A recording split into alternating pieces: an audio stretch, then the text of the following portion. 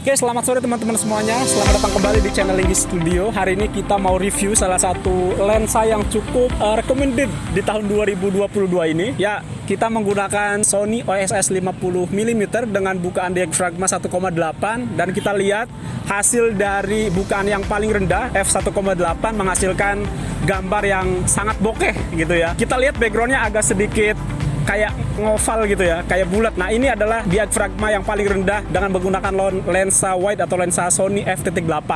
Nah, buat teman-teman semuanya yang masih bingung cari lensa dengan bukaan yang cukup rendah dengan harga yang bisa dibilang masih cukup terjangkau, nah kita rekomendasiin teman-teman pakai lensa fix atau lensa wide ini. Nah, ada beberapa kekurangan dan kelebihan. Salah satu kekurangannya adalah kalau kita menggunakan lensa ini kita nggak bisa ngezoom in dan ngezoom out. Jadi kalau kita mau mengambil gitu ya stock shoot atau stock footage objek, maka kita harus mendekat supaya bukaan diafragmanya atau bokehnya itu hadir. Lensa ini masih sangat banyak digunakan oleh teman-teman filmmaker di Indonesia terutama karena memiliki fokus dan akurasi gambar yang cukup detail. Selain itu, lensa Sony f.8 ini juga sudah ada OSS-nya. Nah, OSS di Sony f.8 ini bisa mengurangi guncangan atau bisa mengurangi gambar-gambar yang shaky gitu ya, gambar-gambar yang bergerak dengan gerakan atau getaran yang cukup keras misalnya. Nah, coba kita lihat.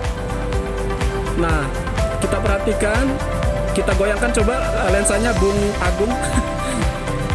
Nah, itu dia sudah kita lihat sama-sama. Jadi menggunakan pendekatan teknologi OSS masih cukup aman lah kalau kita mau menggunakan kameranya dengan metode handheld misalnya dan sebagainya. Nah itu, terima kasih. Selamat beraktivitas kembali dan jangan lupa ya berkarya terus teman-teman semuanya. Sampai jumpa.